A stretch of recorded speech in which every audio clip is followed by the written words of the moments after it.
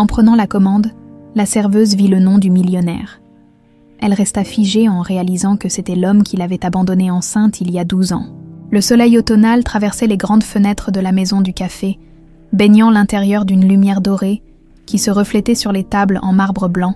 Hélène Laurent, 30 ans, serrait dans sa main droite son carnet de commandes, tandis qu'elle naviguait avec habileté entre les tables du café huppé de Lyon.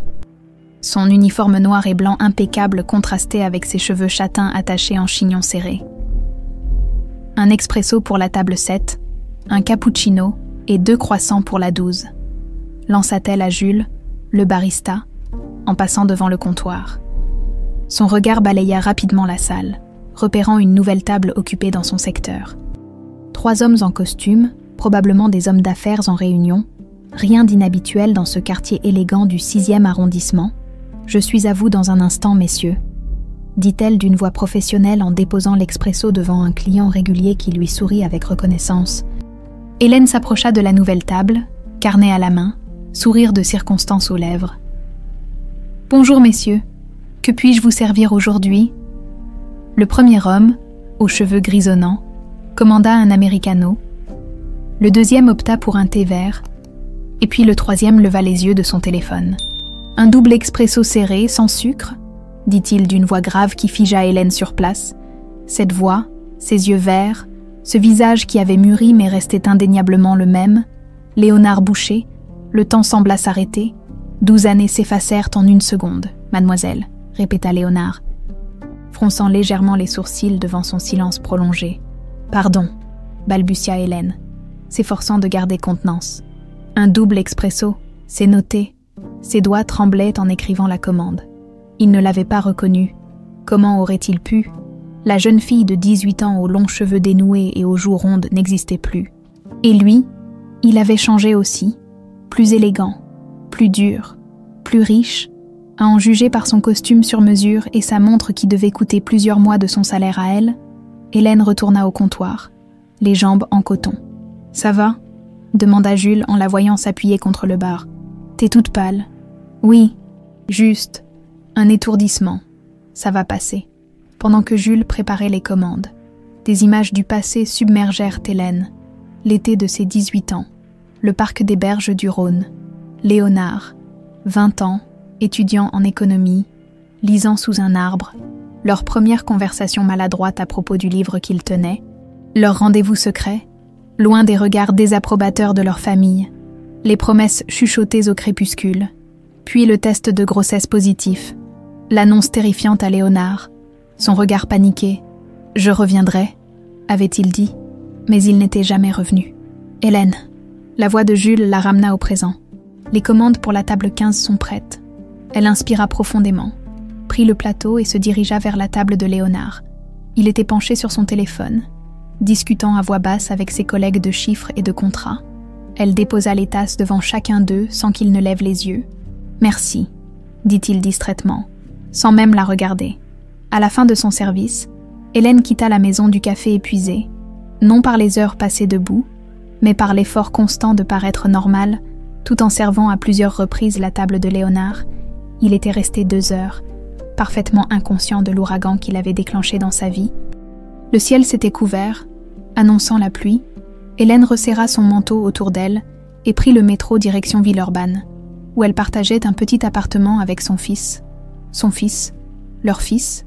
Elle pénétra dans l'immodeste immeuble des années 70 et monta les 3 étages à pied.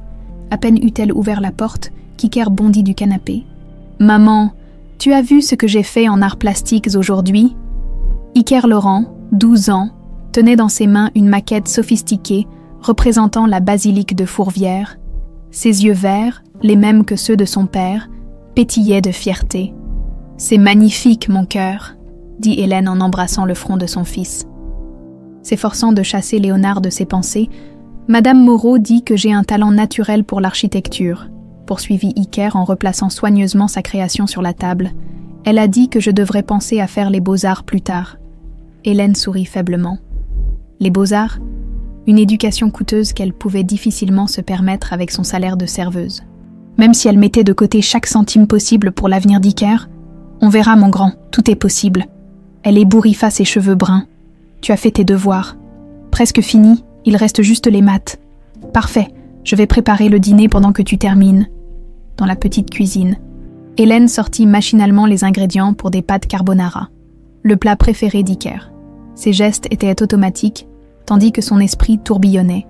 Léonard Boucher, à Lyon, dans son café, sans la reconnaître, devait-elle lui dire, lui révéler qu'Iker était son fils, qu'elle n'avait jamais reçu un mot, un appel, un soutien quelconque pendant ces 12 années.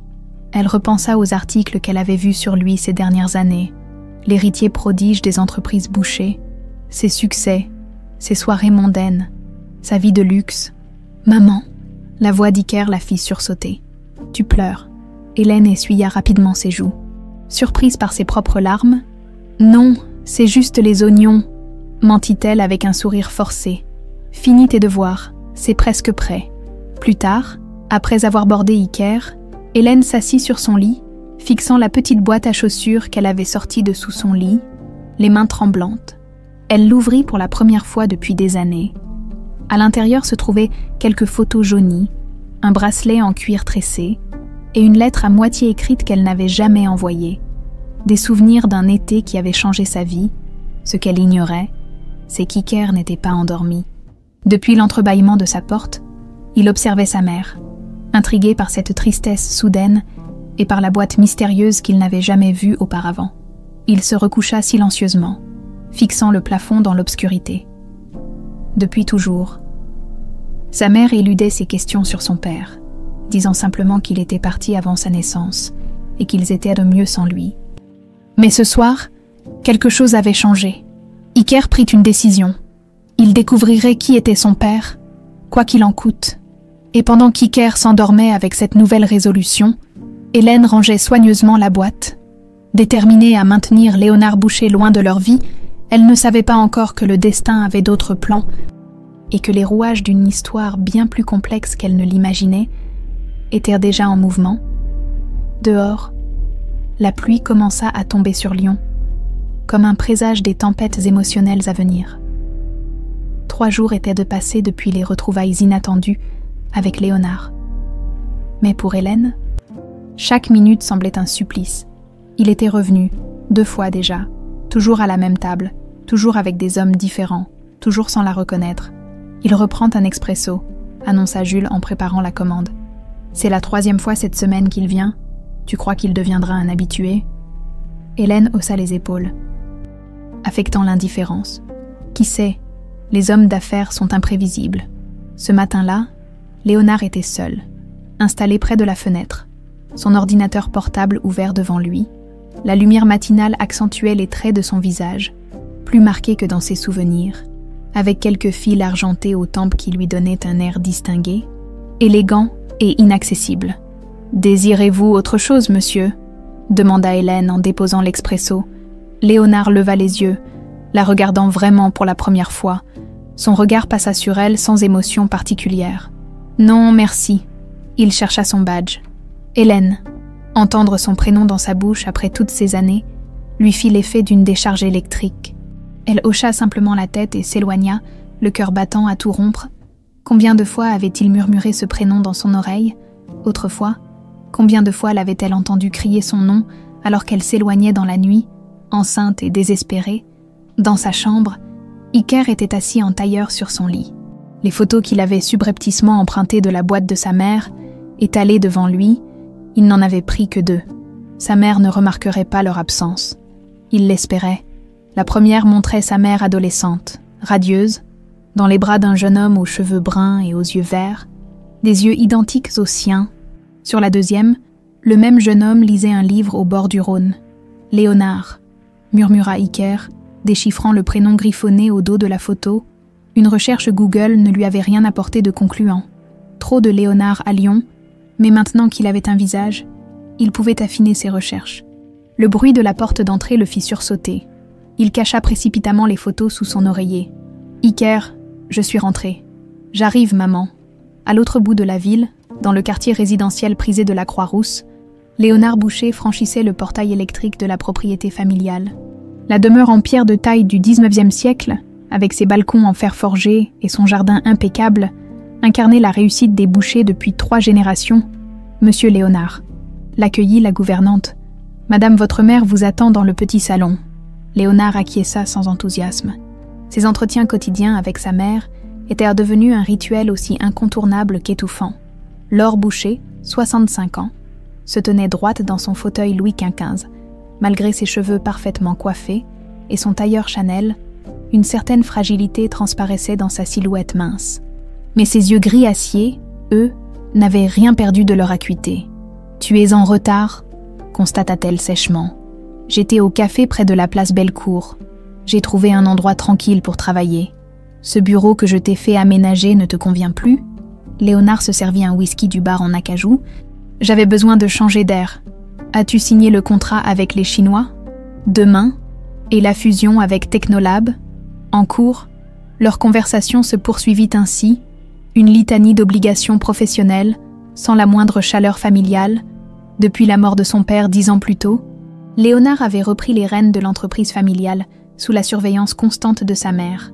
Célibataire endurci à 32 ans, il vivait encore dans l'aile est de la demeure familiale, prisonnier doré d'une cage qu'il n'avait jamais eu le courage de quitter. « N'oublie pas le gala de charité la semaine prochaine », rappela Laure en se levant.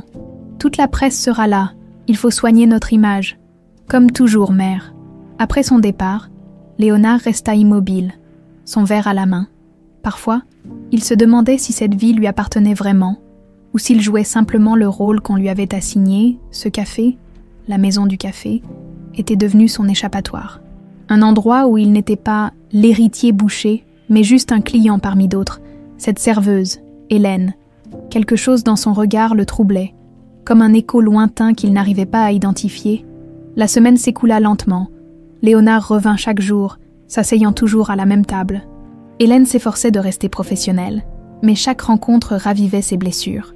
Pendant ce temps, Iker poursuivait son enquête.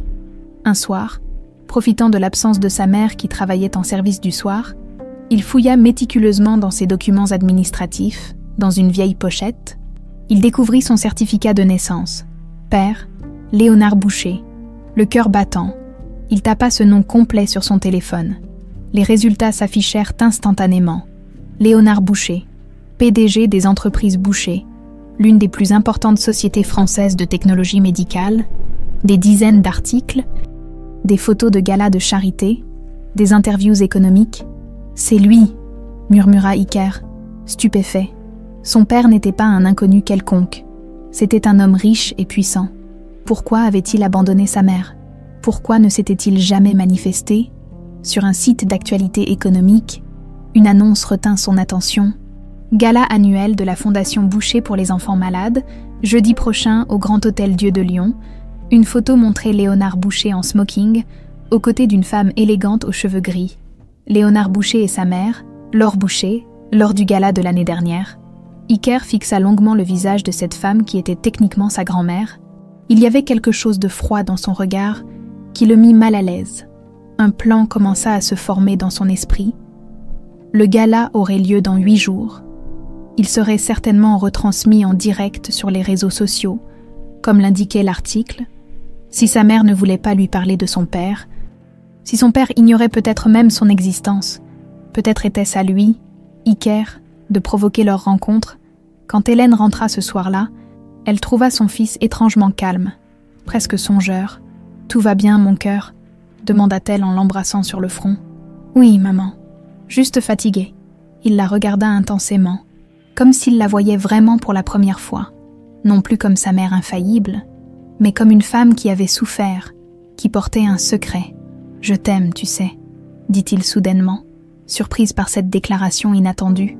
Hélène sourit tendrement. « Moi aussi je t'aime, mon grand. » Cette nuit-là, dans leur chambre séparée, mère et fils fixaient le plafond, chacun gardant ses secrets.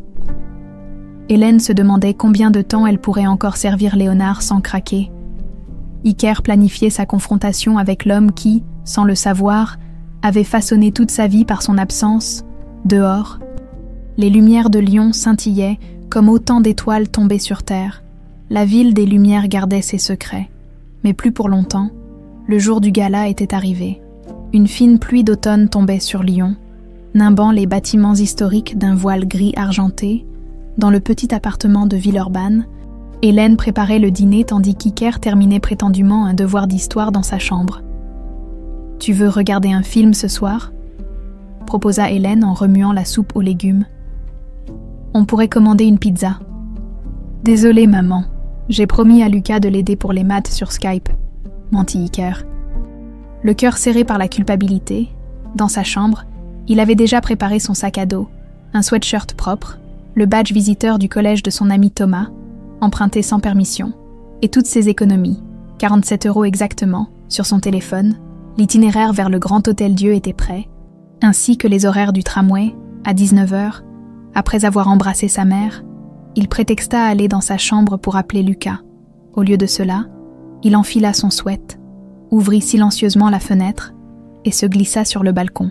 L'escalier de secours grinça légèrement sous son poids, tandis qu'il descendait, le cœur battant à tout rompre. « Pardon, maman », murmura-t-il dans la nuit pluvieuse. Le Grand Hôtel Dieu, ancienne institution hospitalière reconvertie en complexe de luxe, scintillait de 1000 feux. Des voitures rutilantes déposaient les invités sous une élégante marquise. Photographes et journalistes se bousculaient derrière les barrières. Ike, trempé par la pluie, observait la scène à distance. Son plan, qui semblait brillant dans sa chambre, lui paraissait soudain terriblement naïf. Comment pourrait-il entrer? Comment approcher Léonard Boucher au milieu de tant de monde? Il remarqua un groupe de serveurs qui déchargèrent des plateaux d'un camion de traiteur à l'arrière du bâtiment. Une idée germa dans son esprit, se faufilant discrètement. Il attendit qu'un jeune serveur pose son plateau pour s'allumer une cigarette, puis s'empara d'une veste blanche abandonnée sur une chaise. « Hé petit, tu n'as rien à faire ici !» cria une voix. Iker se précipita à l'intérieur, le cœur battant à tout rompre. La veste trop grande sous le bras, dans les toilettes du personnel, il l'enfila rapidement et se mouilla les cheveux pour les plaquer en arrière, tentant de paraître plus âgé. Les couloirs de service grouillaient d'activité. Iker saisit un plateau de flûte de champagne et, imitant les autres serveurs, se dirigea vers la grande salle. Le spectacle qui s'offrit à lui était époustouflant. Lustres en cristal, décorations florales somptueuses, robes de soirée et smokings élégants, la haute société lyonnaise au complet, bavardant et riant au son d'un quatuor à cordes, Iker repéra immédiatement Léonard sur l'estrade. En pleine discussion avec le présentateur de la soirée, son cœur fit un bond. Cet homme était son père biologique, qui ne connaissait même pas son existence. « Toi, le nouveau, ces coupes vont à la table d'honneur », aboya un responsable du traiteur. Iker, trop heureux de cette opportunité, se dirigea vers l'avant de la salle, à quelques mètres de l'estrade. Il déposa son plateau et se cacha derrière un imposant arrangement floral, attendant le moment propice. Dans leur petit appartement, Hélène frappa à la porte de la chambre d'Iker. « Mon chéri, tu veux un peu de soupe ?» Silence. « Iker !» Elle ouvrit la porte pour découvrir la chambre vide, la fenêtre entr'ouverte. Son sang se glaça dans ses veines. « Iker !» La panique l'envahit. Son fils n'était jamais parti sans prévenir. Jamais. Elle composa frénétiquement le numéro de Lucas, qui lui répondit, surpris, qu'il n'avait pas prévu de session de maths avec Iker. Où pouvait-il être? Pourquoi aurait-il menti? Soudain, elle se souvint des photos manquantes dans sa boîte à souvenirs, de la façon dont Iker l'observait ces derniers jours, de ses questions sur le passé qui se faisaient plus insistantes.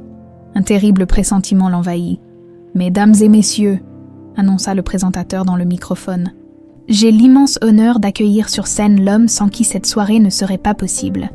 Le président-directeur général des entreprises Boucher et fondateur de notre association caritative, Monsieur Léonard Boucher. » Les applaudissements éclatèrent, tandis que Léonard s'avançait vers le micro. Son sourire professionnel parfaitement en place. « Merci à tous d'être présents ce soir, pour cette cause qui me tient particulièrement à cœur. » Depuis les coulisses, Laure Boucher observait son fils avec satisfaction. L'image était parfaite. Le riche héritier au grand cœur, perpétuant la tradition familiale de philanthropie. Les Boucher savaient depuis longtemps que la générosité publique était un excellent investissement pour leur réputation, et c'est pourquoi je suis fière d'annoncer que la Fondation Boucher s'engage à verser 5 millions d'euros supplémentaires pour la construction du nouveau pavillon pédiatrique. Nouvelle salve d'applaudissements. Léonard marqua une pause, prêt à poursuivre, quand un mouvement sur sa gauche attira son attention. Un jeune garçon en veste de serveur trop grande s'était approché de l'estrade. Il fixait Léonard avec une intensité troublante. Leurs regards se croisèrent un bref instant. Léonard ressentit un étrange malaise. Ses yeux, ils lui semblaient étrangement familiers. Il s'éclaircit la gorge et reprit son discours, mais le garçon s'était encore rapproché, se tenant maintenant au pied de l'estrade. « Nous continuerons à investir dans l'avenir de nos... » « Excusez-moi » interrompit le garçon d'une voix claire qui résonna dans la salle soudain silencieuse. Un murmure d'indignation parcourut l'assemblée. Le service de sécurité commença à s'avancer. « Je m'appelle Iker Laurent » continua-t-il rapidement, « et je suis votre fils. » Un silence assourdissant s'abattit sur la salle. Quelqu'un laissa tomber un verre qui se brisa avec un tintement cristallin. Léonard resta figé, le visage soudain pâle. « Mon... quoi ? Votre fils » répéta Iker, la voix tremblante mais déterminée. « Ma mère s'appelle Hélène Laurent. Vous l'avez connue il y a 12 ans. » Des flashs d'appareils photo crépitèrent. Les smartphones se levèrent pour filmer la scène. En quelques secondes, le scandale était en train de devenir viral. « Je ne sais pas qui t'a envoyé » balbutia Léonard. « Mais c'est une accusation grave et... » « Vos yeux » coupa Iker en s'approchant davantage. « Tout le monde dit que j'ai vos yeux. » Les agents de sécurité atteignirent enfin Iker, l'encadrant fermement. « Attendez » ordonna Léonard, troublé par le regard du garçon, ses yeux verts, effectivement identiques aux siens. « Laissez-le. » Laure Boucher, livide, s'était avancée jusqu'à son fils. « Fais-le sortir immédiatement » siffla-t-elle. « C'est une tentative d'extorsion évidente. » Mais Léonard ne pouvait détacher son regard d'Iker. Un souvenir lointain tentait de refaire surface. Une jeune fille aux longs cheveux châtains, un été au bord du Rhône, Hélène. Ce nom lui disait vaguement quelque chose. « Comment puis-je savoir que tu dis la vérité ?» demanda-t-il, ignorant les murmures indignés autour de lui. Iker sortit de sa poche une photo jaunie. « Léonard et Hélène, 12 ans plus tôt. C'est ma mère, dit-il simplement. Elle travaille à la maison du café, où vous allez presque tous les jours depuis 2 semaines. » La révélation frappa Léonard comme un coup de poing. La serveuse.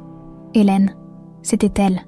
Comment avait-il pu ne pas la reconnaître ? « Emmenez-le dans mon bureau » ordonna-t-il aux agents de sécurité, retrouvant soudain ses esprits, « et coupez cette retransmission, maintenant. » Trop tard, les réseaux sociaux s'enflammèrent déjà. Fils caché Boucher devenait le sujet tendance sur Twitter. Dans son appartement, Hélène regardait la scène en direct sur son téléphone.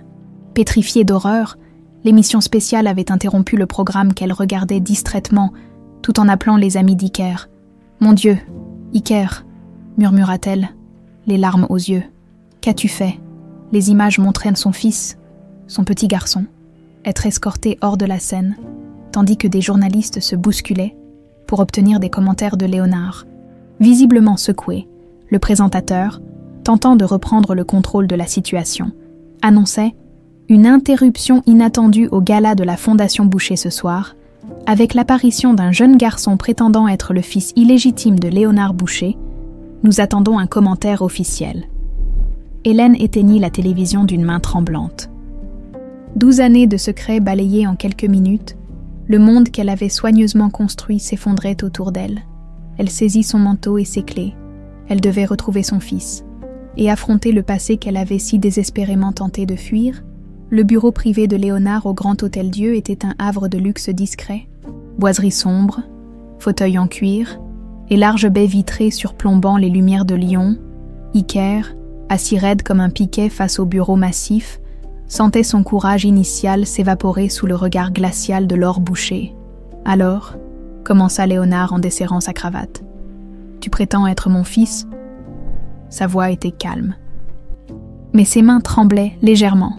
François, le chef de la sécurité, se tenait près de la porte, impassible. « Je ne prétends rien » répondit Iker, s'efforçant de garder contenance. « Je le suis. » Laure émit un rire sec. « C'est ridicule.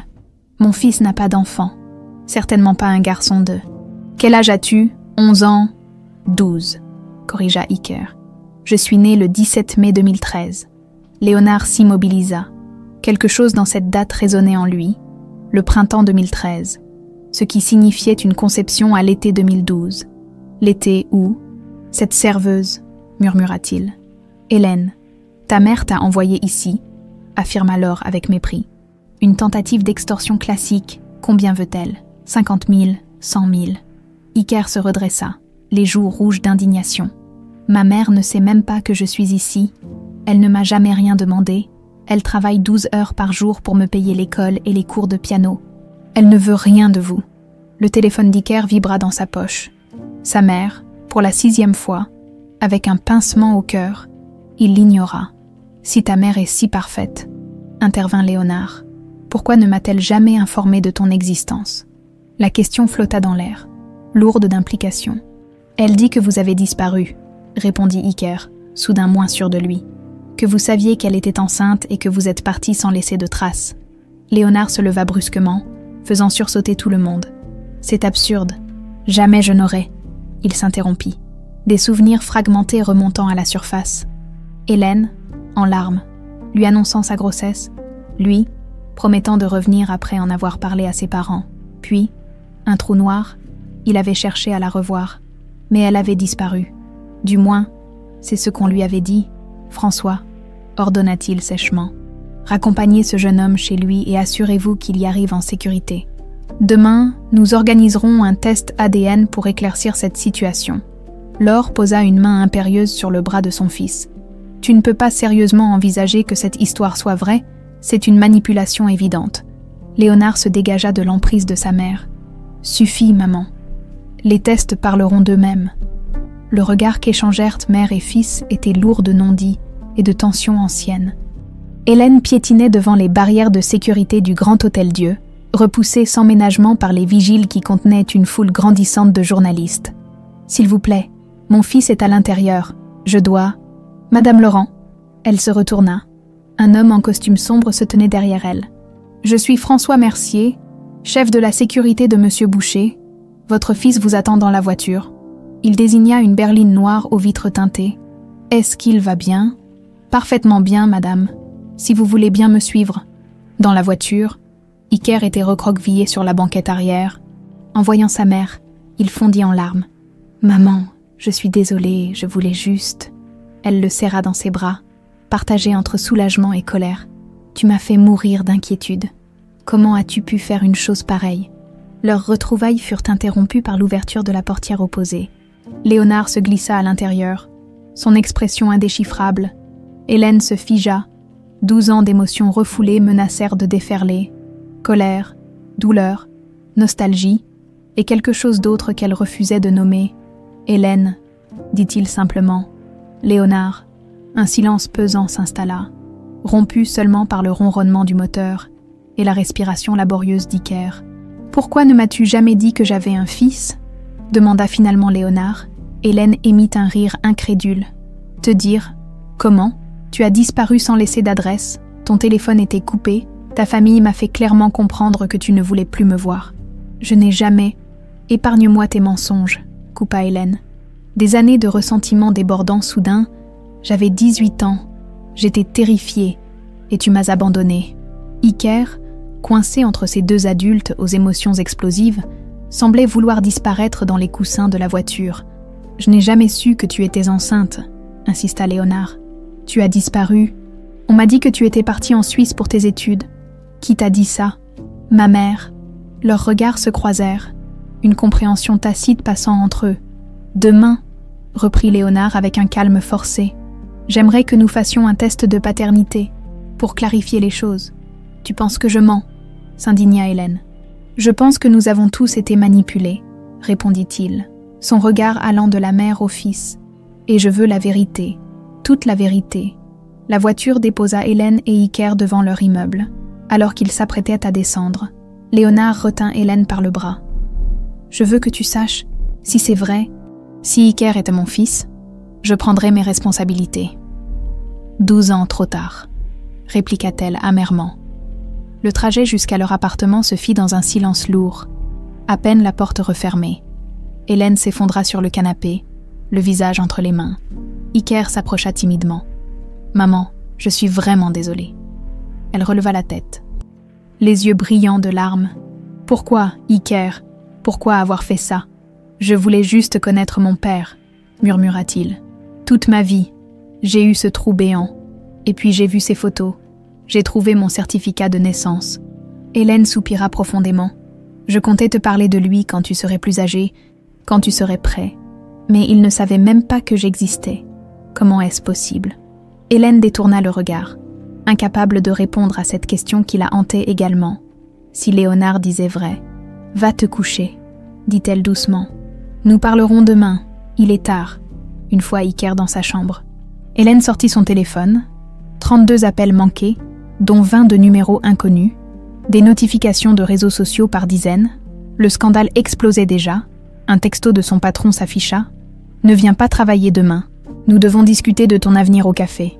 Son monde s'écroulait.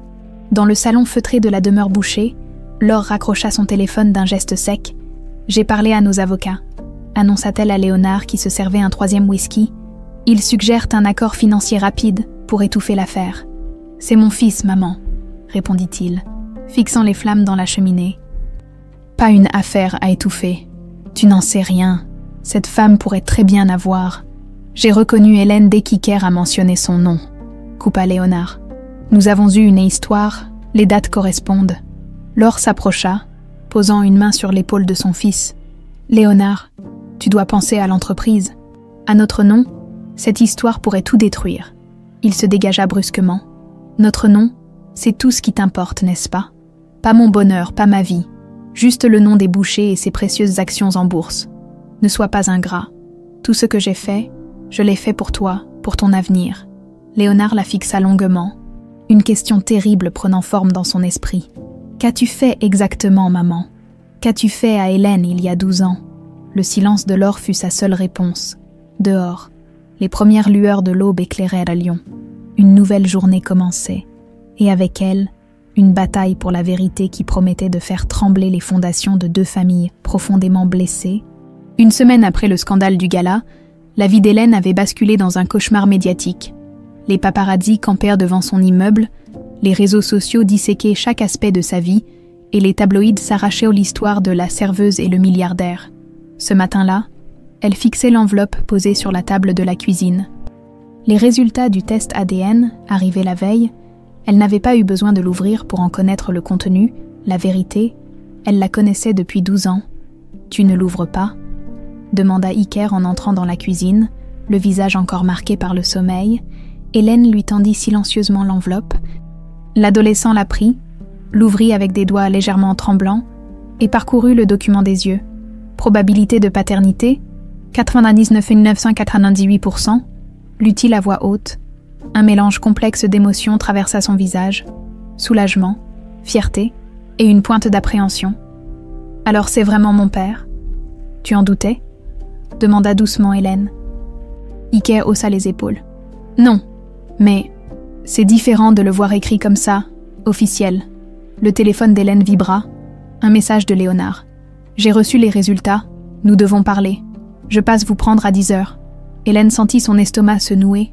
Depuis l'incident du gala, ils n'avaient communiqué que par SMS, arrangeant les détails du test ADN par l'intermédiaire d'avocats. « Va t'habiller, » dit-elle à Iker. « Ton père vient nous chercher dans 1 heure. » Ces mots, « ton père », sonnaient étrangement dans sa bouche, après toutes ces années de silence.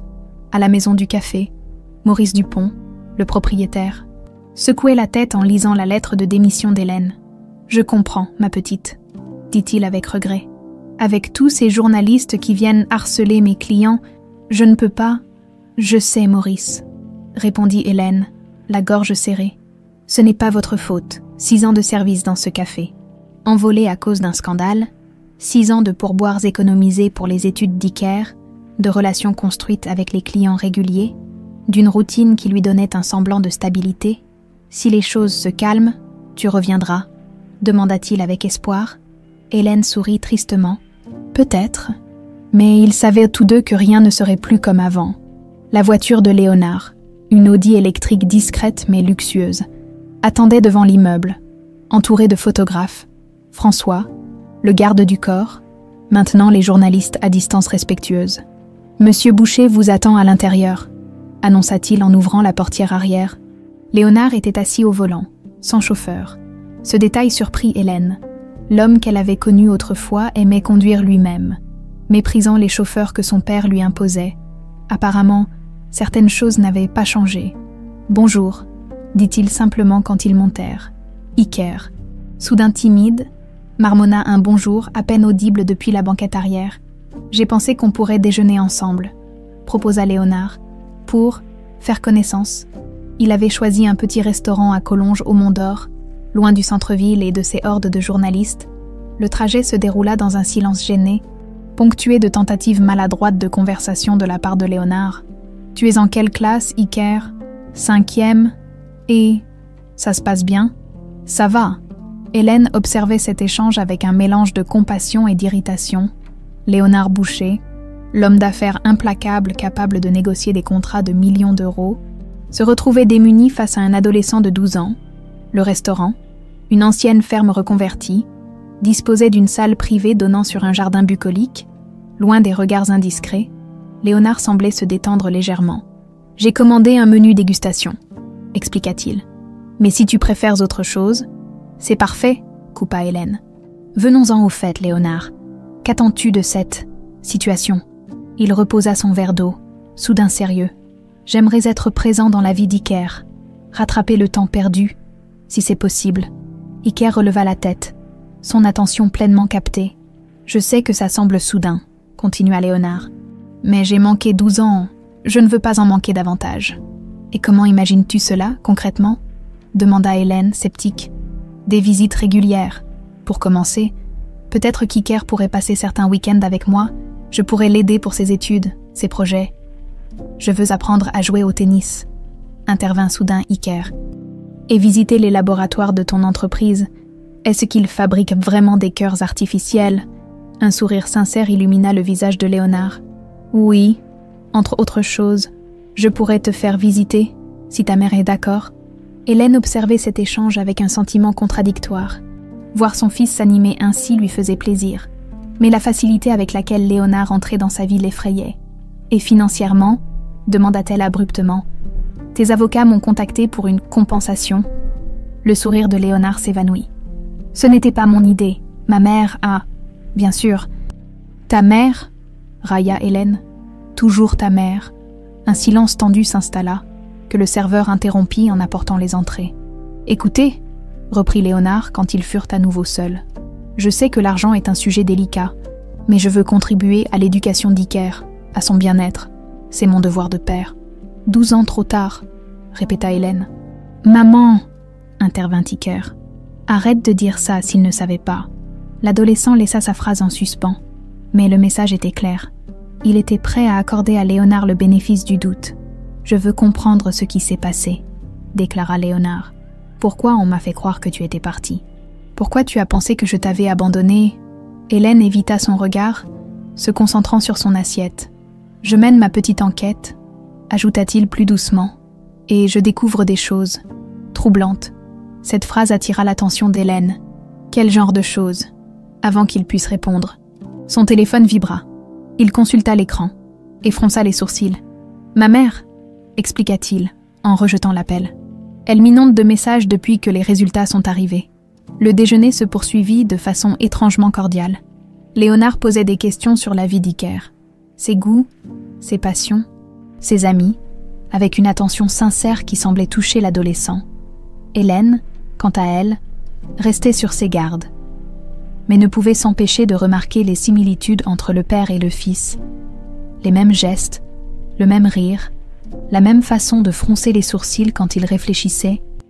En sortant du restaurant, Léonard proposa de les raccompagner, mais Hélène déclina. « On va prendre un taxi », dit-elle fermement. Léonard acquiesça, puis se tourna vers Iker. « Que dirais-tu de venir visiter les laboratoires samedi ? Si ta mère est d'accord, bien sûr. » Iker se tourna vers Hélène, les yeux pleins d'espoir. « S'il te plaît, maman. » Elle soupira, incapable de résister à ce regard. « D'accord, mais je viens aussi. » Le sourire radieux de son fils valait bien cette concession. Dans la demeure des Bouchers, Laure faisait les 100 pas, son portable à la main. « Il ne répond pas », fulmina-t-elle. « Il déjeune avec eux. » Comme si cette femme n'avait pas orchestré tout ce scandale.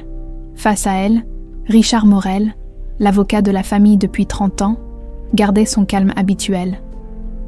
Les résultats du test sont formels. Laure, le garçon est bien le fils de Léonard. Ça ne prouve rien, elle a pu manipuler un test ADN supervisé par 3 laboratoires indépendants. Coupa doucement l'avocat. Soyons réalistes. Laure s'effondra dans un fauteuil, soudain vieilli de 10 ans. Que va-t-il se passer maintenant? Léonard semble vouloir assumer ses responsabilités paternelles. C'est honorable et, stratégiquement, c'est la meilleure approche pour minimiser le scandale. Et si? Laure hésita. Et si certaines choses du passé refaisaient surface? Richard fronça les sourcils. Quelles choses exactement? Laure détourna le regard. Rien, des inquiétudes de vieille femme. Mais ses mains tremblaient légèrement en reposant sa tasse de thé. Cette nuit-là, Iker ne parvenait pas à trouver le sommeil. Son esprit débordait d'images, de possibilités, d'un avenir soudain différent. Il avait un père, un vrai père, pas juste un nom sur un document. De l'autre côté du mur, Hélène contemplait le plafond, déchirée entre la joie de voir son fils si heureux et la peur viscérale que Léonard lui brise à nouveau le cœur, ou pire, qu'il brise celui d'Iker. Et dans son manoir sur les hauteurs de Lyon, Léonard Boucher fouillait dans de vieux classeurs, examinait d'anciens relevés de comptes, et découvrait peu à peu les contours d'une trahison qui dépassait tout ce qu'il avait pu imaginer. Le siège des entreprises Boucher dominait l'esplanade de la Part-Dieu. Tour de verre et d'acier projetant son ombre sur les bâtiments environnants, Iker, nez collé à la vitre de l'ascenseur panoramique, contemplait Lyon qui rapetissait sous ses pieds. On monte jusqu'au 36e étage, expliqua Léonard. C'est là que se trouvent les laboratoires de recherche. Hélène se tenait légèrement en retrait. Mal à l'aise dans son tailleur emprunté à une amie, elle avait insisté pour accompagner Iker à cette visite, malgré les protestations de son fils qui voulait y aller seul, comme un grand. Depuis 3 semaines maintenant, Léonard s'immisçait progressivement dans leur vie, d'abord par des visites prudentes, puis par des sorties père-fils le mercredi après-midi, et maintenant cette visite des laboratoires tant attendue par Iker. Voici la zone de recherche fondamentale, annonça Léonard en les guidant à travers des couloirs immaculés. C'est ici que nous développons les cœurs artificiels dont je t'ai parlé. Iker écoutait, fasciné, tandis que les chercheurs en blouse blanche expliquaient leur travail. Hélène observait cette complicité naissante entre le père et le fils avec un sentiment mitigé. Iker avait tellement changé ces dernières semaines, plus confiant, plus épanoui, comme si une pièce manquante de son identité venait enfin de se mettre en place. « Maman, regarde !» s'exclama-t-il, en lui montrant une valve cardiaque en silicone qu'un ingénieur venait de lui donner. C'est exactement comme dans le corps humain, mais ça ne s'use jamais. Le visage rayonnant de son fils lui fit momentanément oublier ses réserves. Peut-être que cette relation avec Léonard était finalement une bonne chose. Impressionnant, admit-elle avec un sourire sincère. Léonard l'observait du coin de l'œil, surpris par ce changement d'attitude. Depuis leur retrouvaille forcée, Hélène avait maintenu une distance glaciale, se contentant d'interactions minimales et toujours méfiante. « J'ai pensé qu'on pourrait déjeuner dans mon bureau », proposa-t-il. La vue y est exceptionnelle. Le bureau de Léonard occupait tout l'angle nord-est du dernier étage, baigné de lumière naturelle. Il offrait une vue spectaculaire sur la confluence du Rhône et de la Saône. « Wow !» souffla Iker en se précipitant vers les baies vitrées. « On voit toute la ville d'ici. » Pendant qu'Iker s'extasiait, Hélène remarqua un détail qui la troubla.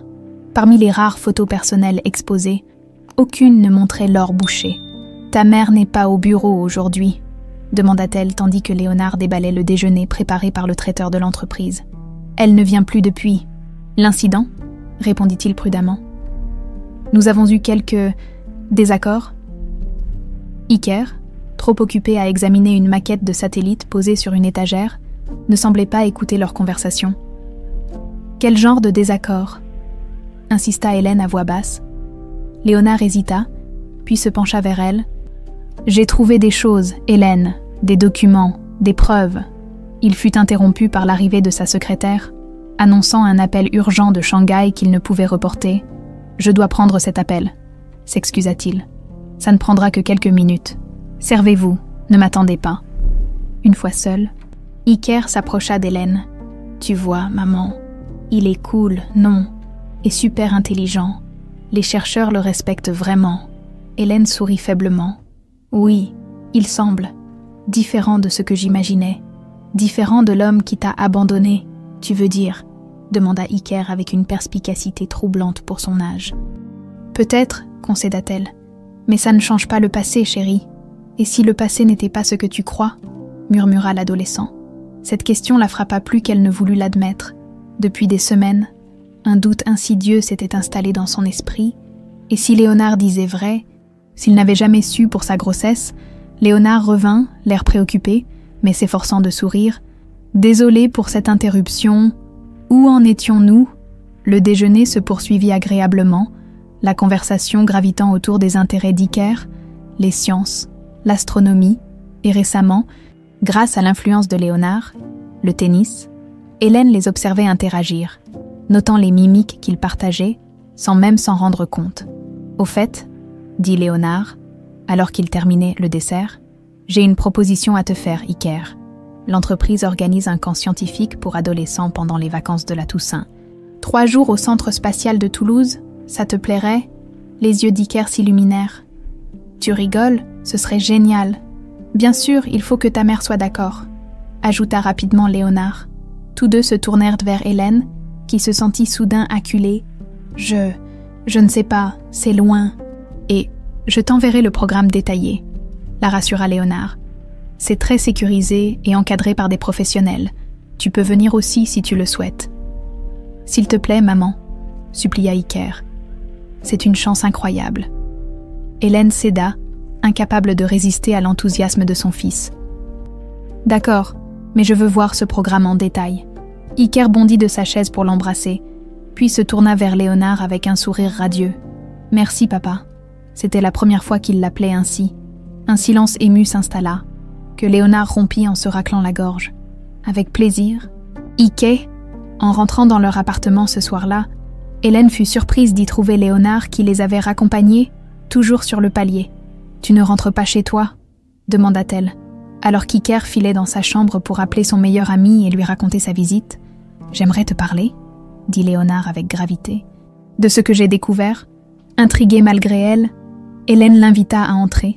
Ils s'installèrent dans la petite cuisine, l'homme d'affaires paraissant étrangement déplacé sur la chaise en formica écaillée. « J'ai retrouvé Jacques Mercier, » commença Léonard, l'ancien chef de la sécurité de ma famille. Avant François, il a pris sa retraite quelques mois après notre rupture. Hélène se raidit, et il m'a avoué que ma mère lui avait ordonné de te surveiller cet été-là, de noter tous nos rendez-vous, de prendre des photos. Elle m'espionnait, s'indigna Hélène. C'était sa façon de protéger la famille, expliqua Léonard avec amertume. Mais il y a plus. Quand tu es venu me chercher, après avoir découvert ta grossesse, il t'a intercepté avant que tu puisses me voir. Le sang d'Hélène se glaça dans ses veines. Elle se souvenait parfaitement de ce jour. Sa détermination à annoncer sa grossesse à Léonard, sa peur mêlée d'espoir, puis ce garde du corps lui barrant le chemin, lui affirmant que « Monsieur Léonard ne souhaite plus vous voir » et lui tendant une enveloppe contenant 5 000 €. « Jacques m'a confirmé que je n'ai jamais été informé de ta visite, » poursuivit Léonard, « ni de ta grossesse. » Hélène sentit son monde vaciller. Toute la colère, toute la rancœur accumulée pendant 12 ans, basée sur un mensonge, « Pourquoi devrais-je te croire ?» demanda-t-elle, la voix tremblante. « Parce que j'ai retrouvé les reçus des paiements effectués à ton nom, 3 virements de 5 000 €, signés par ma mère, mais présentés dans la comptabilité comme étant de ma part. » Il sortit des photocopies de documents bancaires qu'il étala sur la table. Hélène les examina, abasourdie. « Je n'ai jamais reçu cet argent, » murmura-t-elle. « Juste l'enveloppe ce jour-là. » Léonard hocha la tête, comme si cette révélation confirmait ses soupçons. « Ma mère a gardé le reste, probablement pour s'assurer que tu ne reviendrais pas. » Un silence lourd s'installa entre eux, rempli de 12 années de malentendus et de manipulations. « Pourquoi ne m'as-tu pas cherché ?» demanda finalement Hélène. « Tu aurais pu. On m'a dit que tu étais partie en Suisse, que tu avais accepté l'argent pour recommencer ta vie loin de moi. J'étais jeune, blessée. J'ai cru ce qu'on m'a dit. » Leurs regards se croisèrent.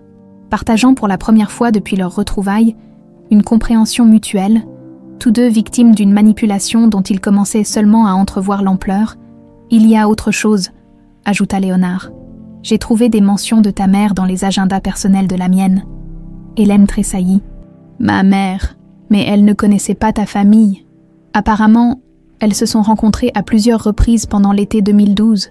J'ignore encore pourquoi. » Un frisson parcourut l'échine d'Hélène. Sa mère, décédée 4 ans plus tôt d'un cancer, avait toujours été distante, critique de ses choix, particulièrement de sa grossesse précoce, mais jamais elle n'aurait imaginé « Je continue à chercher », conclut Léonard en se levant. « Je veux comprendre ce qui s'est vraiment passé. » Il s'arrêta à la porte, hésitant. « Pour ce que ça vaut, Hélène, je suis désolée. Pour tout. » Après son départ, Hélène resta immobile dans sa cuisine, les photocopies étalées devant elle. Des fragments de souvenirs ressurgissaient, la réaction étrangement calme de sa mère à l'annonce de sa grossesse, son insistance pour qu'elle oublie ce garçon, les appels téléphoniques mystérieux qu'elle interrompait quand Hélène entrait dans la pièce. Et pour la première fois en 12 ans, le visage de Laure Boucher fut remplacé par celui de sa propre mère dans ses cauchemars. Les archives des entreprises Boucher occupaient tout le sous-sol du siège social, un labyrinthe de rayonnage métallique s'étendant sous la tour de verre. Léonard y passait ses soirées depuis 2 semaines. Fouillant méthodiquement dans les classeurs des années 2012-2013, « Monsieur devrait rentrer se reposer », suggéra François, qui l'accompagnait fidèlement dans ses expéditions nocturnes. Il est presque minuit. Léonard, les manches retroussées et la cravate desserrée, secoua la tête sans quitter des yeux le dossier qu'il examinait. « Pas encore, je sens que je suis proche. » Ce soir-là, il cherchait dans les archives vidéo, les Boucher, paranoïaques quant à leur sécurité, avaient installé des caméras dans tout leur domicile depuis des décennies. Les enregistrements étaient normalement détruits après 5 ans. Mais Léonard avait découvert que sa mère conservait certaines bandes dans un coffre personnel. « Voilà », murmura-t-il en sortant une boîte étiquetée « Été 2012, personnel ». Il inséra la cassette dans un ancien lecteur et retint son souffle, tandis que l'image grésillante apparaissait sur l'écran. La vidéo montrait le salon privé de Laure Boucher, elle-même, plus jeune de 12 ans mais tout aussi imposante, servait du thé à une femme mince aux cheveux châtains coupés courts. « Mon Dieu !» souffla Léonard. « C'est la mère d'Hélène. » Sur l'écran, les 2 femmes discutaient avec animation, mais l'enregistrement était muet. Laure sortit une enveloppe de son bureau et la tendit à son invité, qui l'ouvrit, compta rapidement son contenu, puis hocha la tête avec satisfaction. « Elle l'a payé », murmura Léonard, incrédule. « Elle a payé la mère d'Hélène pour... » La vidéo se poursuivait, montrant les 2 femmes signant un document, puis trinquant avec ce qui semblait être du cognac. Léonard éteignit l'écran, le visage livide. « François, trouve-moi l'adresse de l'ancienne maison des Laurent, tout de suite. » Pendant ce temps, dans le manoir des Boucher, Laure était assise dans son lit, entourée de médicaments et d'un moniteur cardiaque, depuis l'apparition publique d'Iker. Sa santé s'était brusquement détériorée. Son médecin parlait d'un stress extrême, affectant son cœur déjà fragile. Elle fixait la photo sur sa table de nuit. Elle et son défunt mari, le jour de leur mariage, il avait été aussi impitoyable qu'elle en affaires. Un véritable Boucher. Ensemble, ils avaient rebâti un empire que rien ni personne ne devait menacer. Son téléphone vibra, un message de son assistante. Elle, dans les archives depuis 3 heures, a trouvé les vidéos de 2012. Laure ferma les yeux. Le temps des secrets touchait à sa fin. D'une main tremblante, elle ouvrit le tiroir de sa table de nuit et en sortit un petit carnet relié de cuir rouge, son journal intime.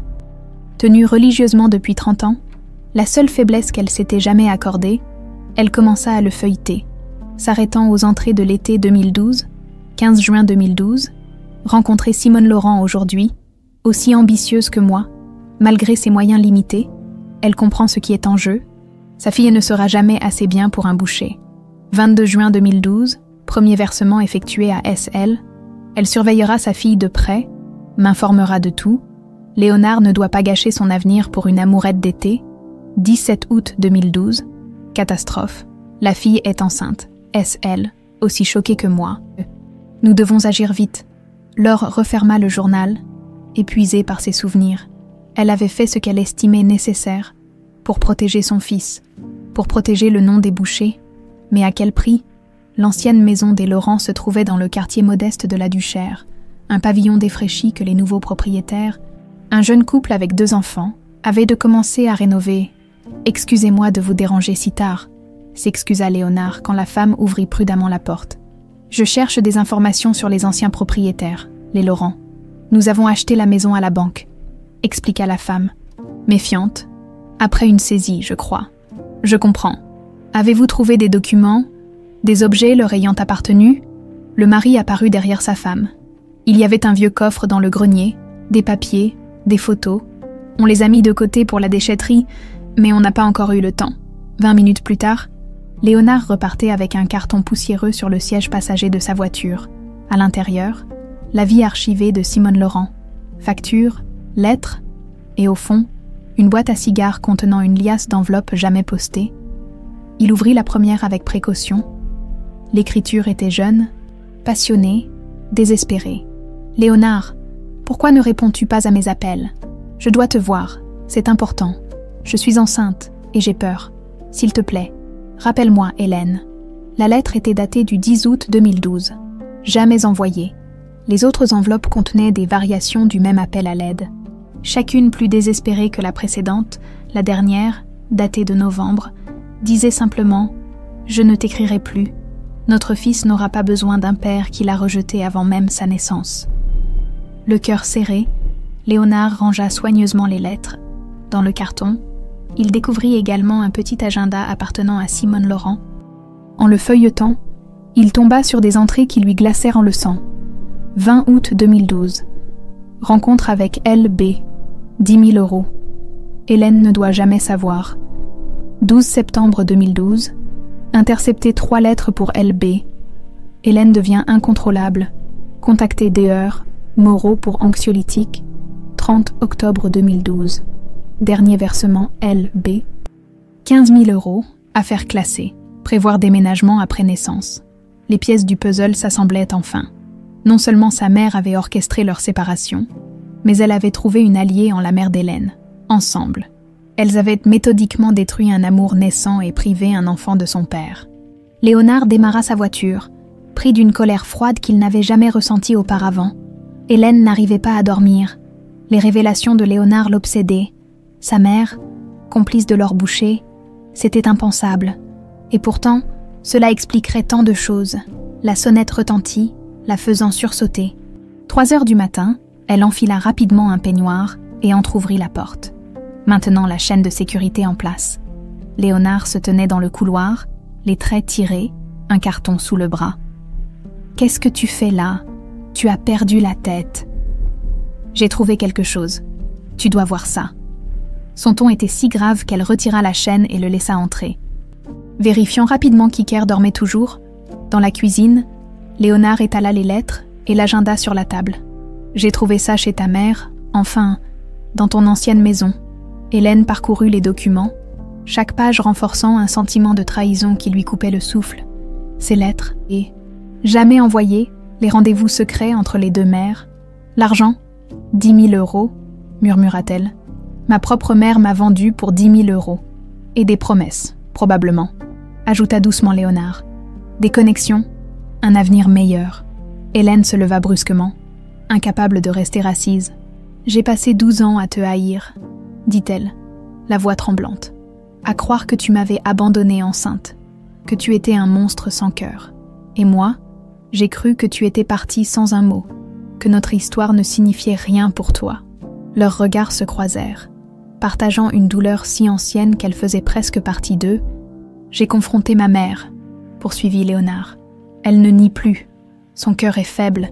Les médecins disent qu'une forte émotion pourrait... » Il laissa sa phrase en suspens, partagée entre colère et culpabilité.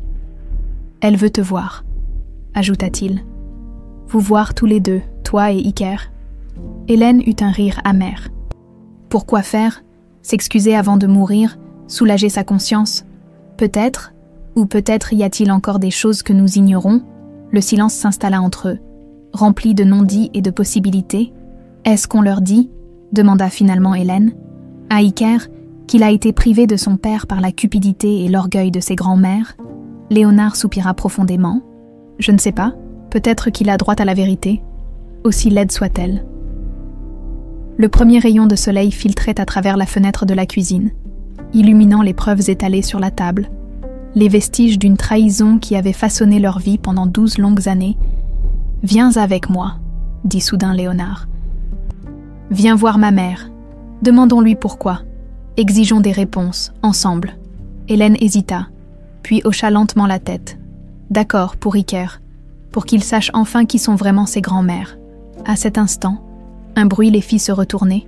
Iker se tenait dans l'encadrement de la porte, les yeux écarquillés, fixant les documents éparpillés sur la table. « Qu'est-ce qui se passe ?» demanda-t-il d'une voix ensommeillée. « Pourquoi papa est là si tôt ?» Hélène et Léonard échangèrent un regard lourd de sens. Le moment de vérité était arrivé plus tôt que prévu. « Viens t'asseoir, mon chéri, » dit doucement Hélène. « Nous avons quelque chose à te raconter.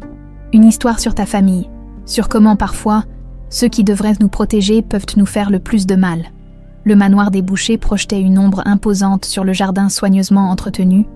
Debout près de la fontaine centrale, Hélène observait Iker et Léonard qui jouaient au tennis sur le cours privé, leur rire résonnant dans l'air automnal. Un mois s'était écoulé depuis les révélations, un mois de bouleversement, de larmes et, étrangement, de guérison progressive. La confrontation avec Laure avait été orageuse, affaiblie mais toujours combative. La matriarche avait finalement admis l'ampleur de sa manipulation, justifiant ses actes par l'amour maternel et la protection du patrimoine familial. Simone Laurent, la mère d'Hélène, n'avait pas seulement accepté l'argent, elle avait activement participé au complot, craignant que sa fille ne gâche son avenir avec une grossesse précoce et un mariage qui l'aurait éloignée d'elle. « Madame prendra-t-elle le thé dans le jardin d'hiver » demanda la gouvernante, interrompant ses pensées. Hélène sourit faiblement. Elle n'était pas madame. Elle refusait ce titre, tout comme elle refusait d'emménager dans le manoir malgré les invitations répétées de Léonard. Pour l'instant, elle et Iker se contentaient de visites régulières, gardant leur indépendance dans leur petit appartement. « Merci, mais je vais les rejoindre », répondit-elle en désignant les joueurs de tennis. Sur le court, Léonard enseignait patiemment à Iker comment améliorer son revers. Il avait changé, abandonnant progressivement son masque d'homme d'affaires impassible pour redevenir le jeune homme chaleureux qu'elle avait aimé. Avec Iker, il se montrait patient, attentif, compensant les années perdues sans tenter de les effacer. « Maman, regarde !» s'écria Iker en exécutant un revers parfait qui laissa son père sans réaction. « Impressionnant !» applaudit-elle sincèrement. Léonard s'approcha du filet, rayonnant de fierté. Un vrai talent naturel, comme son père, évidemment. Iker leva les yeux au ciel, mais son sourire trahissait son plaisir face aux compliments. Leur relation père-fils s'était épanouie de façon remarquable.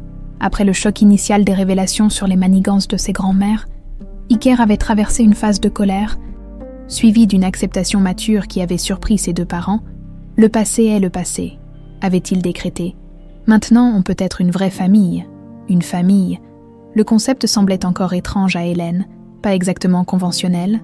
Elle et Léonard n'avaient pas repris leur relation amoureuse, mais une famille néanmoins, reconstruite autour d'Iker et d'un respect mutuel grandissant. « Je pense que j'ai mérité une limonade », déclara Léonard en essuyant son front. « Quelqu'un d'autre en veut. » Ils s'installèrent sur la terrasse ombragée, savourant les rafraîchissements préparés par le personnel. « J'ai eu une idée », annonça Léonard. « Que diriez-vous d'un voyage à New York pendant les vacances de Noël ? Le Museum of Natural History a une exposition sur les exoplanètes qui devrait plaire à notre astronome en herbe. » Les yeux d'Iker s'illuminèrent. « Sérieux, New York ? Qu'en penses-tu, Hélène ?» demanda Léonard, son regard cherchant son approbation. Elle hésita. Ses propositions de moments familiaux devenaient de plus en plus fréquentes, brouillant les frontières qu'elle s'efforçait de maintenir. « Je ne sais pas si je pourrais me libérer », répondit-elle prudemment. « J'ai des entretiens d'embauche après les fêtes. » C'était vrai, après avoir perdu son emploi à la maison du café, elle cherchait activement du travail, refusant catégoriquement l'aide financière de Léonard, hormis celle destinée à Iker. « Tu pourrais postuler aux entreprises Boucher », suggéra Léonard, pas pour la première fois. « Avec ton expérience en service client et ton nouveau diplôme de gestion à distance. Le département des relations publiques serait parfait. » Hélène secoua la tête. « On en a déjà parlé, je ne veux pas de traitement de faveur. Ce n'est pas du favoritisme, c'est de la reconnaissance de compétences, insista-t-il. Iker suivait cet échange avec l'expression résignée de quelqu'un ayant déjà assisté à cette conversation plusieurs fois. « Pourquoi vous ne vous remettez pas ensemble et on termine cette histoire ?» lança-t-il soudainement, surprenant les deux adultes. Un silence gêné s'installa. « Ce n'est pas si simple, chérie, » répondit finalement Hélène. « Bien sûr que si. Vous vous aimiez avant. Papa n'est pas un méchant. Tu n'es pas partie volontairement. Problème résolu, non ? La logique adolescente, si directe, les laissa momentanément sans voix. Parfois, les sentiments changent, expliqua doucement Léonard. Ta mère et moi, nous apprenons à être amis. Pour toi, Iker leva les yeux au ciel avec une exaspération théâtrale. Ouais, c'est ça. Vous vous regardez exactement comme Lucas regarde Emma en classe. C'est gênant, franchement. Sur ces mots, il se leva et retourna vers le court de tennis, les laissant seuls avec cette observation inconfortable. À l'autre bout de la ville, dans les bureaux luxueux des entreprises Boucher, un conseil d'administration extraordinaire se tenait en l'absence de Léonard. La situation devient intenable, déclara Victor Moreau, directeur financier et ami de longue date de Laure Boucher. Léonard néglige ses responsabilités depuis des semaines, reportant des réunions cruciales pour jouer au papa avec son bâtard. Plusieurs têtes acquiescèrent autour de la table. Il a même parlé d'une restructuration complète de notre politique salariale, ajouta Claudine Fabre. Directrice des ressources humaines, plus de congés parentaux, garderie d'entreprise, flexibilité des horaires, c'est de la folie pure. Sans parler de cette histoire de donation massive à des associations d'aide aux familles monoparentales, renchérit un autre. 15 millions d'euros. Victor se pencha en avant, baissant la voix. Laure est très inquiète. Elle craint que son fils, sous l'influence de cette femme et de l'enfant, ne perde de vue les véritables priorités de l'entreprise. Que suggérez-vous ? Demanda quelqu'un. Une motion de défiance au prochain conseil. Si nous sommes unis, nous pouvons le forcer à choisir. Sa nouvelle famille ou l'héritage de son père ? Les regards s'échangèrent autour de la table. Certains acquiescents, d'autres plus hésitants. Léonard reste l'actionnaire majoritaire, rappela prudemment un membre. Pour l'instant, sourit Victor, mais Laure détient encore 22% des parts. Et avec nos votes combinés, disons simplement que notre cher PDG devra reconsidérer ses priorités. Dans sa chambre d'hôpital privé, Laure Boucher recevait la visite quotidienne de son médecin. Le diagnostic n'était pas encourageant, son cœur s'affaiblissait, malgré les traitements. « Combien de temps ?» demanda-t-elle simplement après avoir écouté les explications médicales. « Difficile à dire, quelques mois, peut-être moins si vous subissez un stress important. » Laure hocha la tête, congédiant le médecin d'un geste, seule. Elle ouvrit le tiroir de sa table de chevet et en sortit une enveloppe jaunie, à l'intérieur, une vieille photographie, Simone Laurent et elle. Jeune femme, souriante, lors d'un gala de charité 30 ans auparavant, bien avant leurs enfants, bien avant leur trahison mutuelle, elle referma l'enveloppe avec un soupir. Il était temps de faire un dernier geste, aussi difficile soit-il. Elle saisit son téléphone et composa le numéro de son fils. « Léonard, j'aimerais voir Hélène, seule. Il y a quelque chose qu'elle doit savoir. » Ce soir-là, après avoir ramené Iker à l'appartement, Hélène et Léonard se retrouvèrent un moment seuls dans la voiture. « Merci pour aujourd'hui, » dit-elle doucement. Iker était tellement heureux. Pas seulement Iker. « J'espère, » répondit-il avec un demi-sourire. Elle détourna le regard, gênée par l'intensité du sien. « Léonard, je ne sais pas si je peux. »« Je ne te demande rien, » l'interrompit-il doucement. « Juste de garder l'esprit ouvert. Nous avons été privés de 12 ans, peut-être méritons-nous une seconde chance ?» avant qu'elle puisse répondre. Son téléphone sonna. Le numéro de l'hôpital s'affichait. « Mademoiselle Laurent, Madame Boucher a fait un malaise. Elle demande à vous voir immédiatement. Elle dit que c'est urgent. » Hélène raccrocha, le visage soudain pâle. « Ta mère ?» commença-t-elle. « Je t'accompagne », décida immédiatement Léonard en démarrant la voiture. Tandis qu'ils filèrent vers l'hôpital dans la nuit lyonnaise, Hélène ne pouvait s'empêcher de se demander quelle nouvelle révélation les attendait encore. Qu'est-ce que Laure Boucher, peut-être à l'article de la mort, tenait tant à lui dire, et pourquoi maintenant l'odeur aseptisée de l'hôpital agressait les narines d'Hélène, tandis qu'elle suivait l'infirmière dans le couloir feutré. Léonard avait voulu l'accompagner, mais Laure avait explicitement demandé à voir Hélène seule.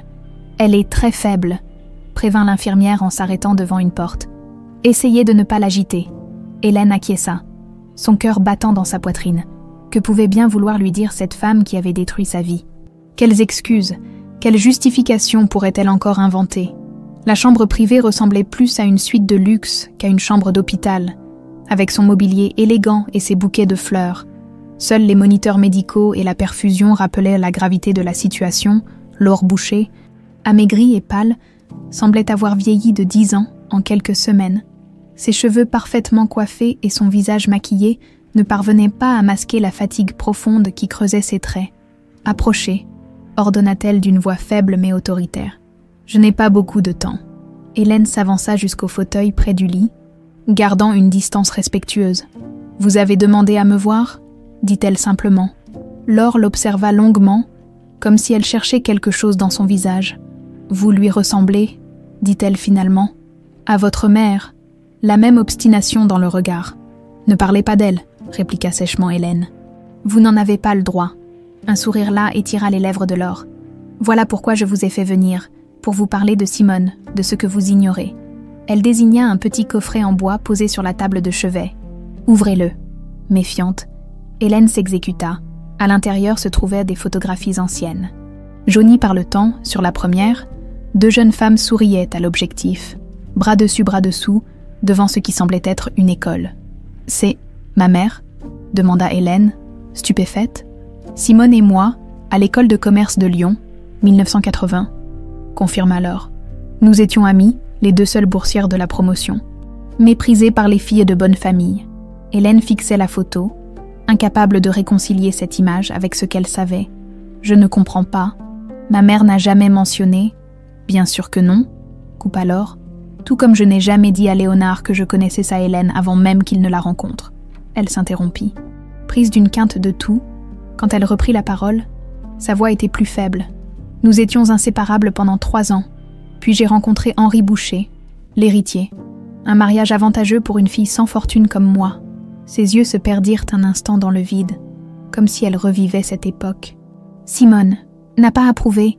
Elle disait que je me vendais, que je trahissais nos idéaux. Nous nous sommes brouillés. Quel rapport avec Léonard et moi ?» demanda Hélène, impatiente. « J'y viens, » soupira Laure. « Simone a épousé votre père par dépit. Un homme bon mais simple. Elle a toujours regretté de ne pas avoir eu l'ambition que j'avais. Quand vous êtes née, elle a placé en vous tous ses espoirs de réussite. » Elle désigna une autre photo, montrant Simone tenant un bébé, probablement Hélène. « Nous nous sommes revus par hasard lors d'une réception, quand vous aviez 5 ans. Elle était seule. Votre père venait de mourir. Nous avons renoué. Mais quelque chose s'était brisé. Elle me jalousait, tout en admirant ce que j'avais accompli. » Laure fit une pause, semblant rassembler ses forces. « Quand Léonard vous a rencontré cet été-là, j'ai immédiatement fait le lien. La fille de Simone. C'était un cauchemar. Nos enfants, ensemble. »« Pourquoi un cauchemar ?» demanda Hélène. « Parce que j'étais trop pauvre pour votre précieux fils. » Laure secoua faiblement la tête. « C'est ce que Léonard croit, ce que tout le monde croit. La vérité est plus complexe. » Elle plongea son regard dans celui d'Hélène.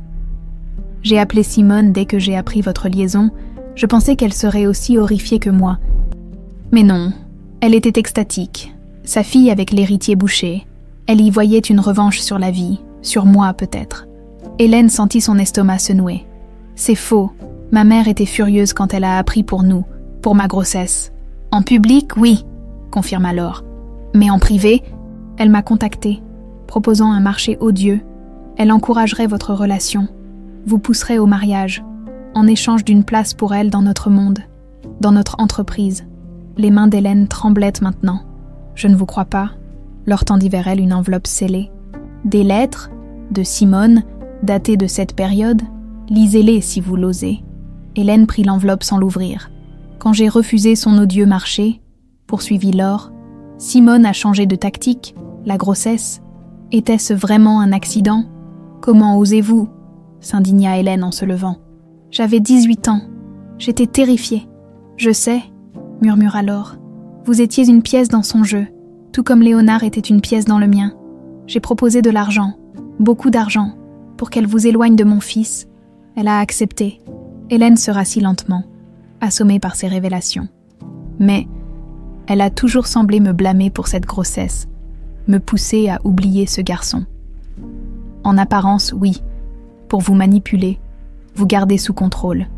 Mais en réalité, c'est elle qui interceptait les lettres que vous écriviez à Léonard, elle qui m'informait de vos moindres mouvements. Une larme roula sur la joue d'Hélène. « Pourquoi me raconter tout ça maintenant ? Parce que je vais mourir, répondit simplement Laure, et parce que j'ai vu mon fils heureux, vraiment heureux, pour la première fois depuis des années, avec vous, avec Iker. » Elle tendit une main tremblante vers Hélène. « Je ne demande pas votre pardon. Ce que j'ai fait est impardonnable, mais ne punissez pas Léonard pour mes péchés, ni pour ceux de votre mère. » Hélène resta immobile, incapable de prendre cette main tendue. « Vous avez détruit 12 années de nos vies, » dit-elle, la voix brisée. « Oui, et je ne peux pas les rendre, mais vous pouvez encore en avoir 30. 40 autres, ensemble ?» L'infirmière entra, signalant que le temps était écoulé. « Une dernière chose, » dit Laure tandis qu'Hélène se levait. « J'ai modifié mon testament. Iker héritera directement de mes parts dans l'entreprise à ma mort, 22% des actions, personne ne pourra les lui prendre. » Hélène la fixa, stupéfaite. « Pourquoi ? Parce qu'il est un boucher, qu'il le veuille ou non, et parce que Léonard aura besoin de lui, de vous, face à ce qui l'attend. » Dans le couloir, Léonard attendait, le visage tendu. « Que voulait-elle » demanda-t-il en voyant l'expression bouleversée d'Hélène. « Me parler de ma mère ?» répondit-elle simplement, serrant l'enveloppe de lettres contre elle. De leur amitié. Elle ne pouvait pas lui révéler toute la vérité maintenant. Pas ici, pas dans cet état de choc. « Je dois rentrer, » dit-elle. « Iker m'attend. Je te raccompagne. » Dans la voiture, Hélène resta silencieuse, le regard perdu sur les lumières de la ville qui défilaient. Tout ce en quoi elle avait cru, l'image qu'elle gardait de sa mère, une femme stricte mais aimante qui avait sacrifié sa vie pour elle, tout s'effondrait. « J'ai remis ma démission aujourd'hui », annonça soudain Léonard, brisant le silence. Hélène se tourna vers lui, surprise. « Quoi ? Pourquoi ?» Le conseil d'administration, mené par les fidèles de ma mère, exigeait que je choisisse entre l'entreprise et ma famille. Il hésita sur ce dernier mot. J'ai choisi. Mais l'entreprise de ton père, ton héritage, l'entreprise survivra. Je garde mes actions. Je resterai au conseil, mais je ne veux plus être prisonnier de ce nom. De cet empire, je veux être libre de construire quelque chose de nouveau. Il tourna brièvement son regard vers elle. Avec toi et Iker, si vous le voulez. Hélène ferma les yeux, submergée par les émotions contradictoires qui l'assaillaient. Le passé qu'elle croyait connaître s'était révélé être un tissu de manipulation, tant de la part de Laure que de sa propre mère. Et maintenant, l'avenir s'ouvrait, incertain mais porteur d'espoir. « Il faut que je réfléchisse », murmura-t-elle. « Tout va trop vite. » Léonard acquiesça, respectant son besoin d'espace.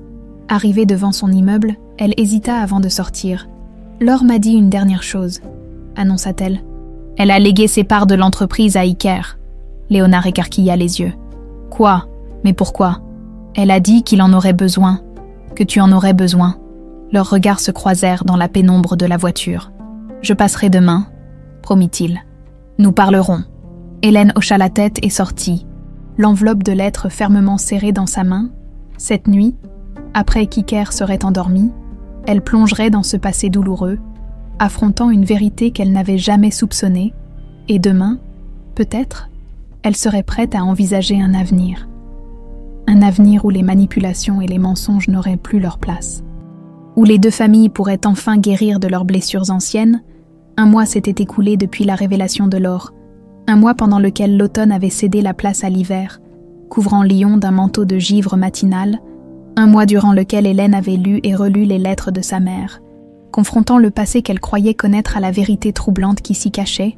Ce matin-là, elle se tenait devant la tombe de Simone Laurent, un bouquet de roses blanches à la main. Le cimetière de la Croix-Rousse était désert, enveloppé dans un silence feutré par la brume hivernale. « J'ai mis longtemps à venir », murmura-t-elle en déposant les fleurs. « Je ne savais pas quoi te dire. » Le marbre froid restait muet, témoin impassible de ses confessions. Pourquoi, maman, était-ce si important pour toi de te venger, de récupérer ce que tu pensais que la vie t'avait pris?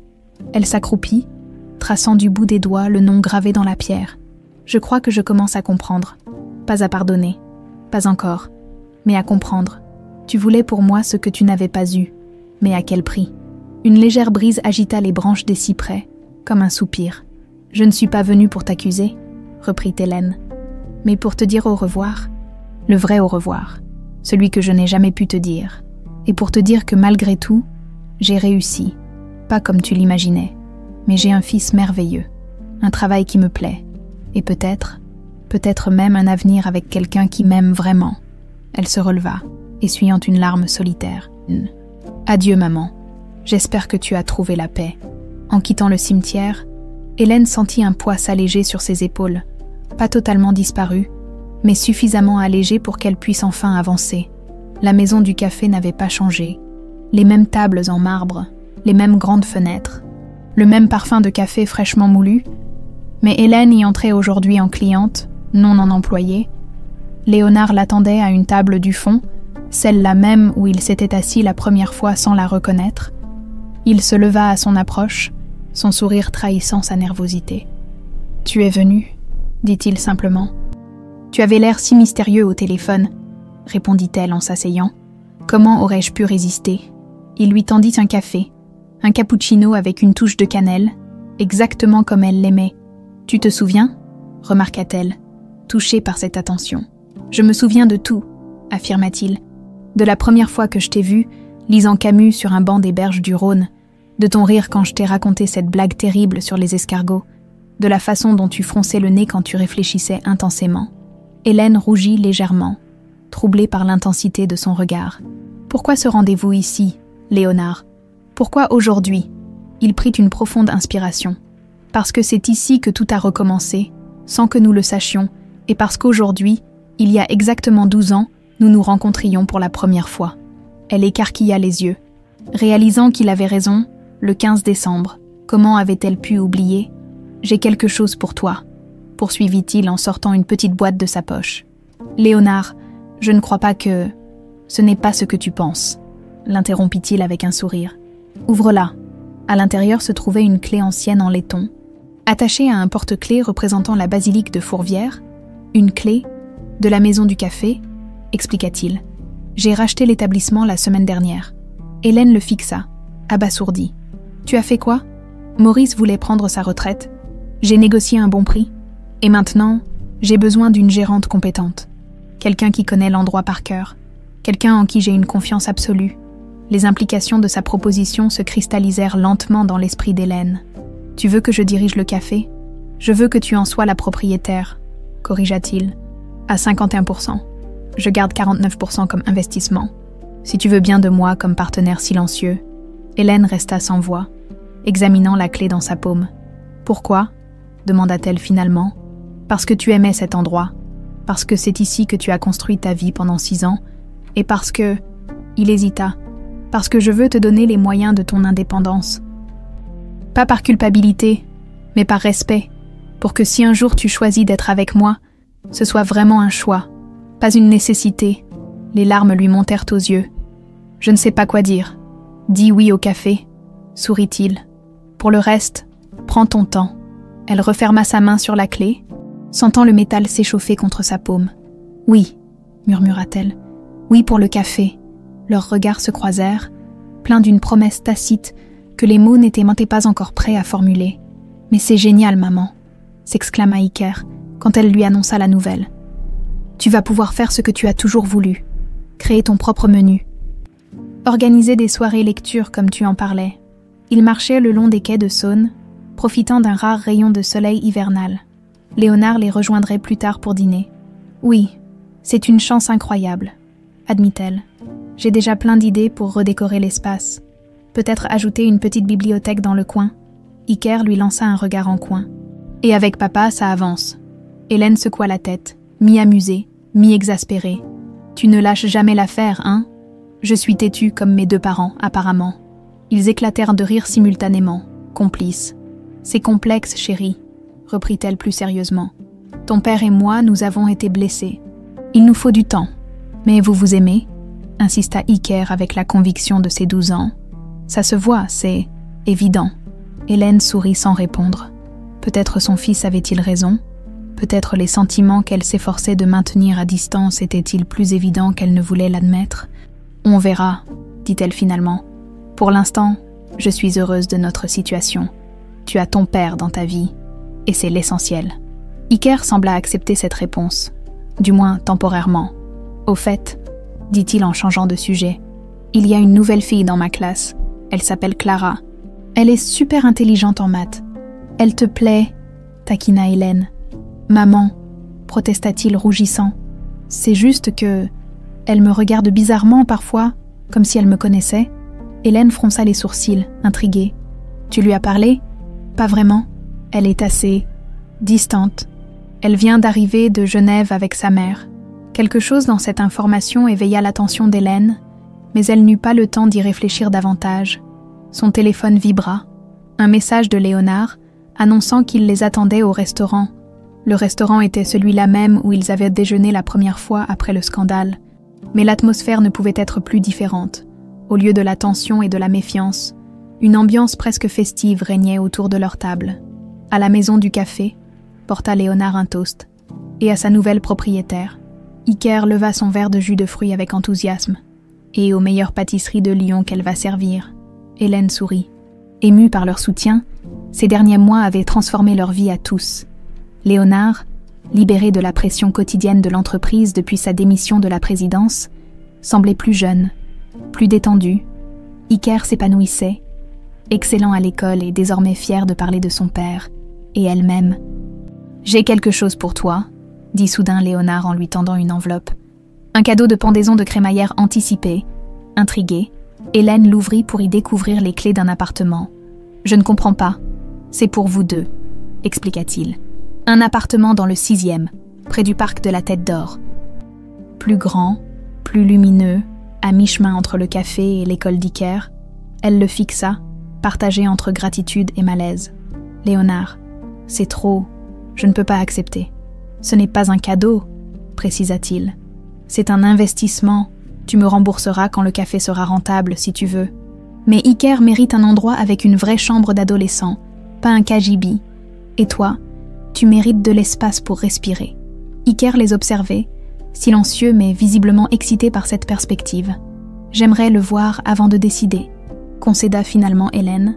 Le sourire de Léonard s'élargit. « Bien sûr, demain matin. » Elle acquiesça, puis tourna son attention vers son fils. « Et toi, qu'en penses-tu ?»« Je pense, » répondit lentement Iker, « que c'est un nouveau départ, pour nous tous. » Ces mots simples résumaient parfaitement la situation. Un nouveau départ, pas un retour en arrière, pas une tentative de récupérer le temps perdu, mais quelque chose de neuf, construit sur les ruines du passé mais tourné vers l'avenir. Alors qu'ils quittèrent le restaurant, Léonard prit doucement la main d'Hélène, un geste qu'il n'avait pas osé depuis leur retrouvaille. Elle ne la retira pas. Dehors, les premières neiges de l'hiver commençaient à tomber sur Lyon. Recouvrant la ville d'un manteau immaculé, un nouveau chapitre s'ouvrait, une page blanche où ils étaient enfin libres d'écrire leur propre histoire.